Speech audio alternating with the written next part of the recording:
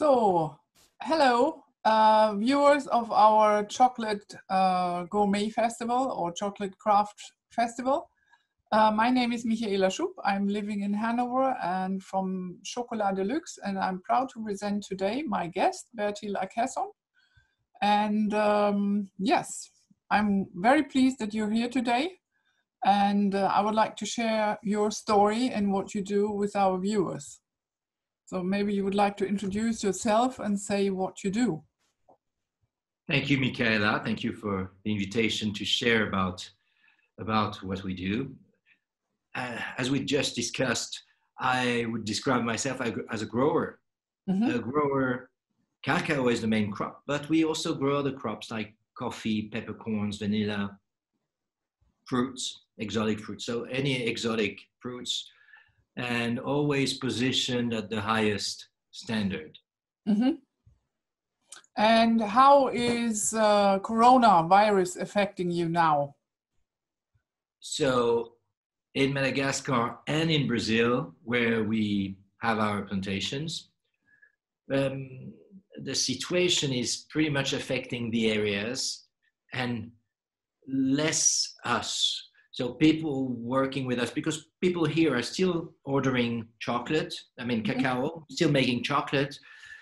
We did get some order cancellations from Dandelion, or a few others are suffering.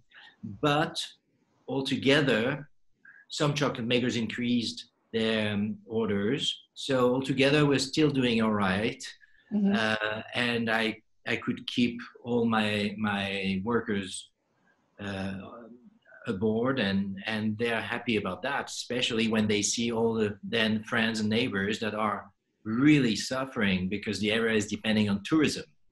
Okay. And as you can imagine, tourism is very affected, and you can go there. And myself, I came back with the last plane on the 17th of March, mm-hmm. and I can go to Madagascar not before October at least, maybe even more later.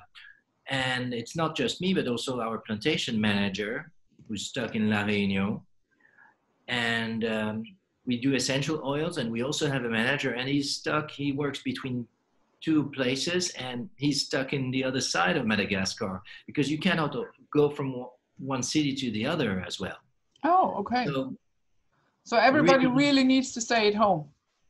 Yeah.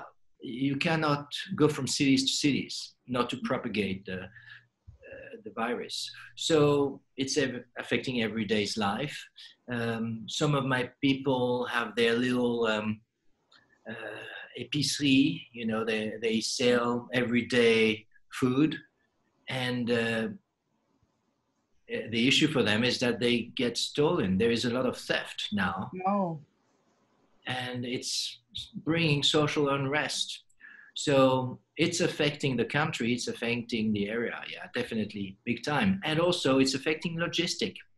I had a container to ship to Japan, and they need special papers, and I could not because the administrations were closed. Or for essential oils, we ship it by plane, and it's more complicated than shipping a container of cacao. Okay, and more expensive. I also that's another funny story. Between the cacao trees, I grow a plant called desmonium, which mm-hmm. is used for animal food to help them digest, especially for race horses. So it's a niche, very niche, but it grows between the cacao trees.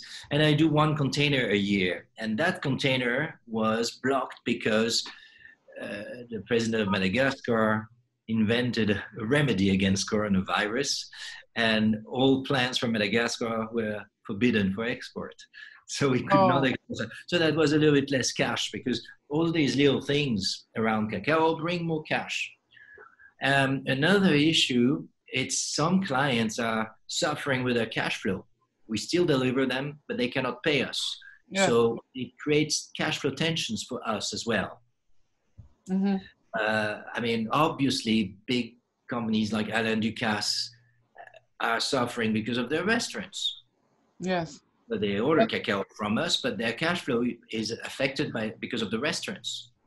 and some have their stores always their stores closed for 3 months, and cash flow, you know, people like Patrick Roger or Marcolini, or they were suffering tremendously. Yes. And I think not everybody is aware of this, about the whole train really going down, who is affected by what. And it's also transportation. No flights. And also for transportation, buying cocoa from anywhere, it got very expensive also, I guess. Yes, also I have some Japanese clients, they don't order containers, but we usually ship by plane, 16 bags or 27 bags, and the prices exploded. So of course I couldn't deliver them because of shipping costs. Mm-hmm. So these are little things, but altogether I'm still doing all right, and we could keep all our people on board, and it's been I mean, really I feel lucky compared to other businesses, compared to my chocolate friends that are suffering. Some of them are really suffering, and some are thriving. I would say Saveur et Nature, for example, you know, people doing chocolate bars, they don't have their stores, but they're selling via a chain of organic stores that were open, small organic supermarkets. Yeah. They were open and they did well. In the US, I was just on the phone with some US customers yesterday night, and same thing, chocolate bar makers have been doing well. Those depending on their cafe, yes, or not.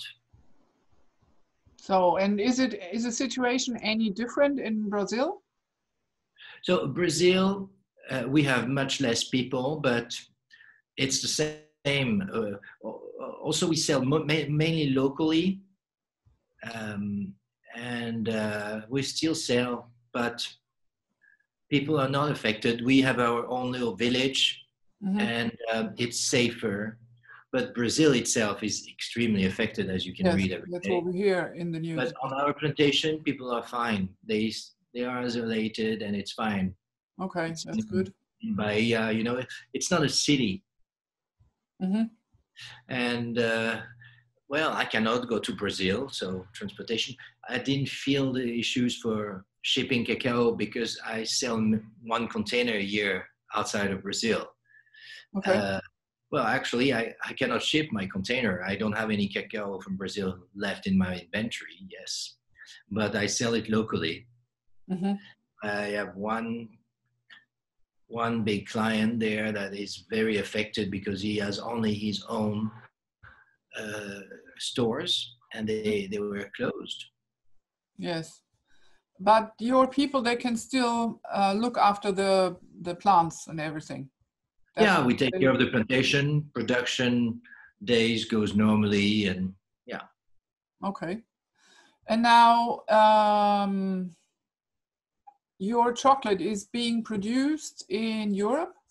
Yes, I produce in Europe with some of my clients. As you know, I don't own my own factory. I use my clients' factories, but they were closed, you know. In France, yes. I worked with Palu, Damien, and they were closed for 3 months. So I was quickly sold out with my chocolate. Yes, I know. Selling online, and I could not deliver because we didn't have any possibility to produce. Yeah. So we just produced. So now I have a little bit of an issue with the heat here. It was 39 degrees yesterday. I cannot ship. So on Monday, it will be a bit cooler. I'm going to ship a little bit. Mm-hmm. But it's mainly in September that we are going to... yes. We were out of stock also, not only from your chocolates, but also other like Morin. And we have not received any new stock yet. And I think this is also something a lot of people are not aware how different the situation is in different countries. And Morin was open. I beg your pardon? Morin was open. Yes, but we still didn't have any chocolate. So there must have been... logistics, yes, exactly. So it's not only the production, it's everything else that is involved. Mm-hmm. Yeah, well, it's those that were closed, for example, Pralu was closed because he has 17 shops. Mm-hmm. And they were closed because the people did not want to take the risk of going and work in the shops. So he had to close the factory as well. And plus in France, you know, they get support from the state, from the government more easily, and they have the choice to close. So that's what happened. Yeah. Okay. So let's hope this is all, you know, getting back to normal. No. But I'm afraid it's going to last until next year. Until this vaccination is on the market somehow. But people will eat chocolate in winter. Yes, absolutely. It's going to come back. Logistic is going to get better. Yes. And we're going to get used to live a little bit differently at home.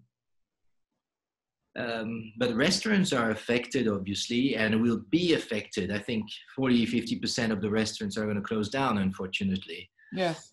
Some chocolate companies like Varona are affected by that very much, selling couverture. Also, well, we hope for the best. That's all we can do. Mm-hmm.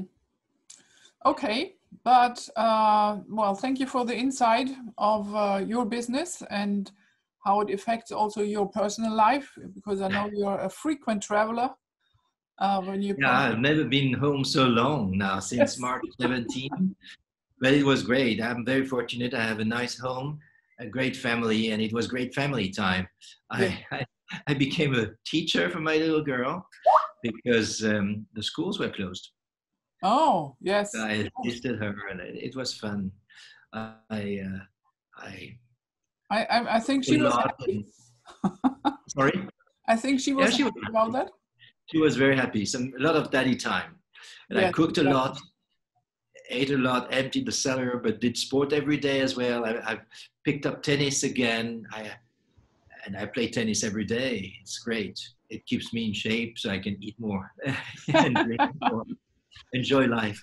Because there is a frustration of that situation. And it's true. Sometimes we compensate with cooking, in my case.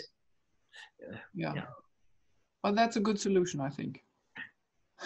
So thank you very much, and I'll see you in a minute for the tasting. Good. I don't have chocolate with me, but this is just for the video. We'll do that later. All right. Thank you, Michaela. You're welcome. I thank you, and I'll stop the. Hello. Hello. Yeah, technology makes me mad. Everybody's using a different system. It can be whatever their name is, and half of the time it doesn't work. We're here. On the phone. Relax. So I saw the interview. I couldn't get the sound. I don't know if you had any feedback, but I see you have other chocolatiers participating. My friends, home or Duffy. You will get the video afterwards, so it's not gone. It will be. So it will stay online, so you can watch it later. Session today. The sound is there. Good.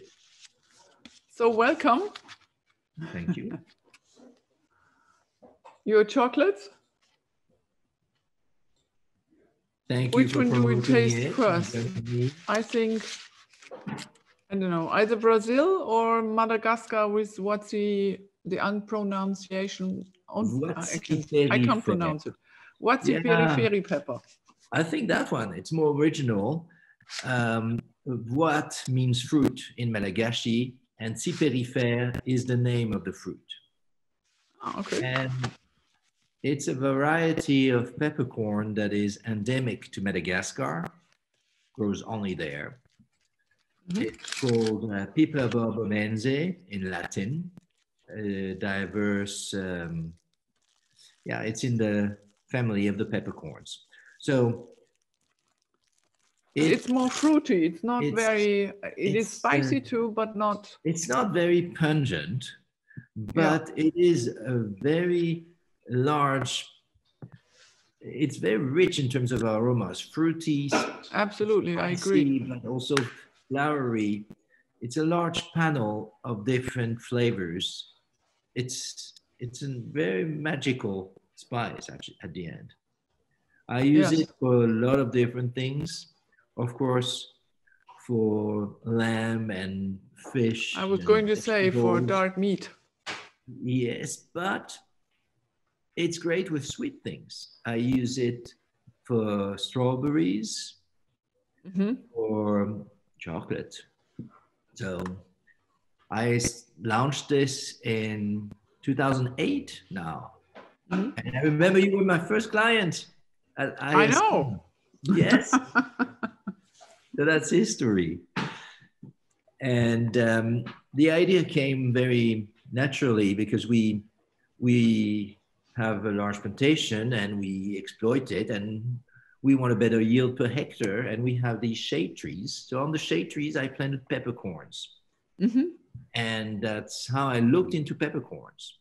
I planted others, Piper nigrum, and that one never adapted. It grows only wild. So you have to send people in the forest to get it. But since then, other people have tried and have tried to grow it on their plantation, but it doesn't adapt. It only goes wild. Stubborn. So how do you like it? You still have it? I like it a lot. I think it's a nice, what do you say, addition to the chocolate. It develops well. Yeah, it's a nice flavor with it.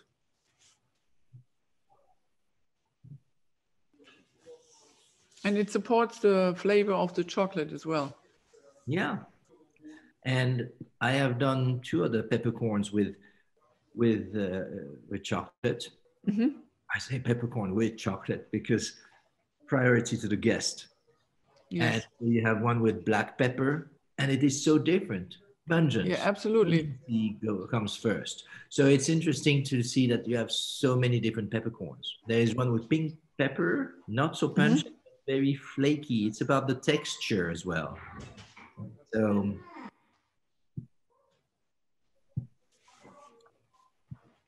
hello?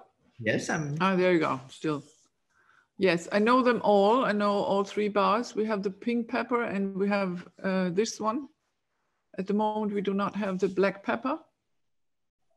Yeah, people but of course, that one. The black pepper is spicy and hot.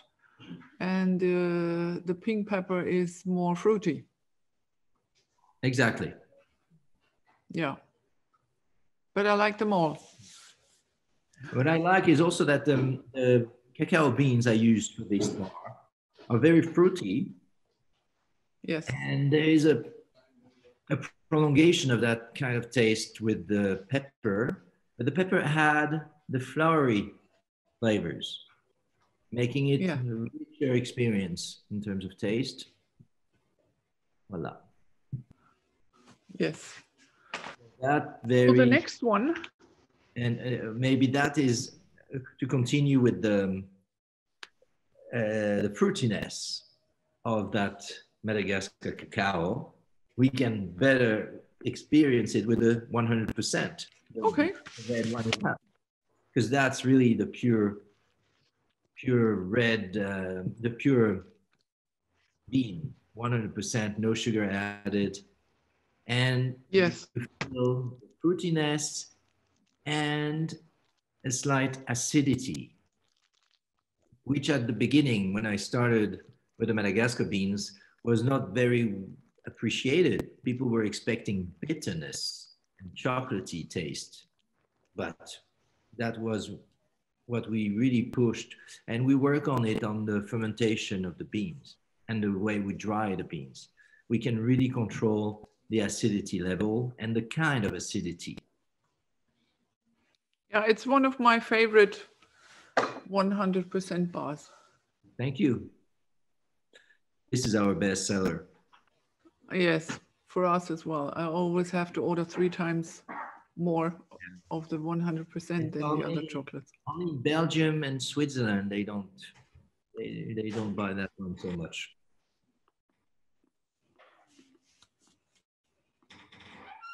It's a bestseller in Asia, in America, even more. Mm-hmm.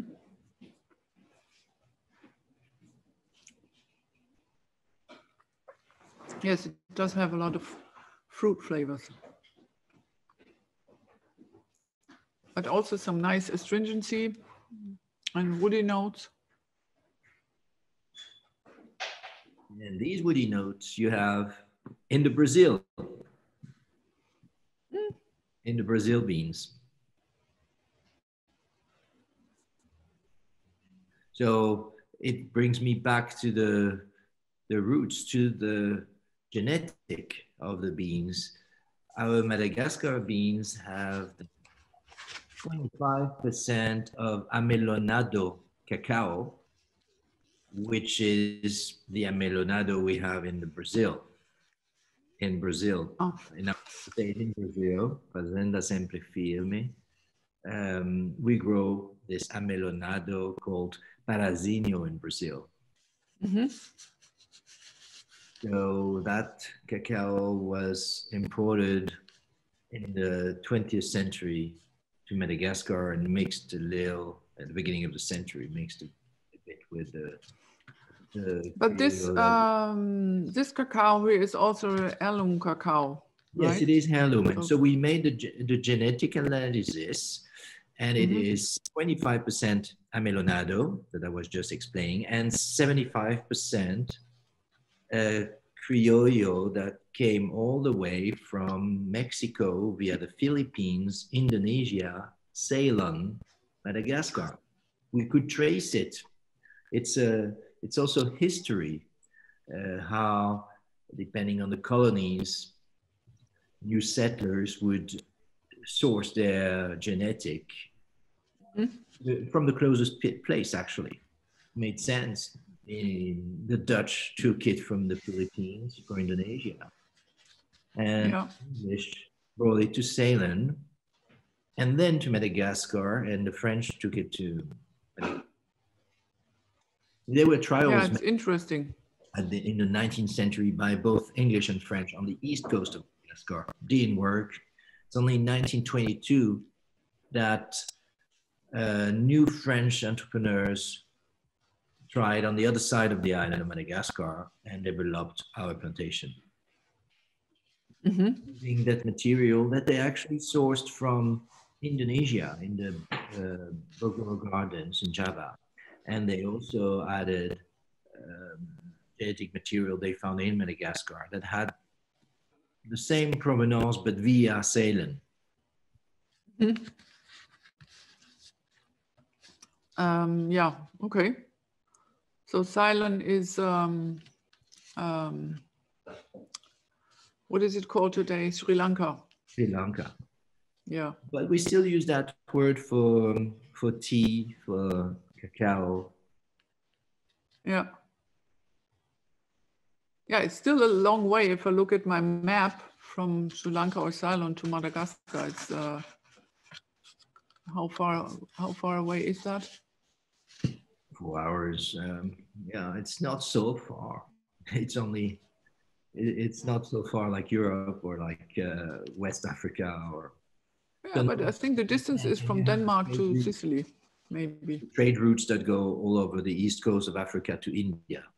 Yeah, that's true. Okay, good 100%. And now you're Brazil. Brazil. I was telling you 75%. In Brazil, the glory days of cacao were in the 30s, 40s, and it was really that variety that made the glory of the Bahia area. So I don't want to mix with Trinitarios or more or pods that give more beans. You know, these are small pods, relatively small, but they have this woody notes that you were mentioning before. They are very chocolatey. It's very pleasant. I wouldn't say it is as subtle as the Madagascar, no, but it's very pleasant. You have it in when you're in a different mood. Yeah. And it's perfect for milk chocolate as well. Mm-hmm. I love to use it for chocolate mousse, or yeah, it's very gourmand. A little bit of bitterness. Mm-hmm. Banana. Yeah. Yeah, it's a nice chocolate too. It's different, of course, than the Madagascar. That's what I wanted, something very different. Mm-hmm. And I wanted Asia, Africa, so Madagascar was my choice, and I wanted an estate in Latin America. At the beginning, I ignored Brazil, which had a bad reputation because of that witch's broom disease also, Oh. and the mass production that you have there. So I looked at the more the origins that have another reputation for Criollo Trinitarios. And one day I met a Brazilian friend that invited me to see the plantations there. And I fell in love with Brazil and discovered you have good cacao, different, and forastero. And people say forastero is not fine cocoa, but you have fine cocoa that has these forastero roots. And after all, Ecuador is producing a forastero called Arriba, but it's still forastero. So Mm-hmm. you have fine cocoa in Brazil as well. So I was the first one to do a single estate, Brazil, 2009. And the plantation I purchased in April 2009 had been abandoned for 8 years because of that witch's broom disease. And we relaunched it, and it's been a success. People call it a little paradise, paraíso, and we love the place. It's we grow this traditional. I miss now. I've not been there this year because of that pandemic, but yeah, I miss it. I can imagine. Well, thank you very much for the insights. And yes, everybody who wants to buy the chocolate, everything is available in our online shop, schokoladeluxe.de. Does anybody have any questions that we can answer? No, no questions now. Okay, Bertil, then thank you very much. Thank you. And I'll see you, I guess, soon or hear you soon. Thank you. And thank you, Adrian, Annette, Jonas. I see a few names on the screen. Thank you, everybody. Yes. And have a nice weekend. You too. Thank you. Bye-bye. Bye.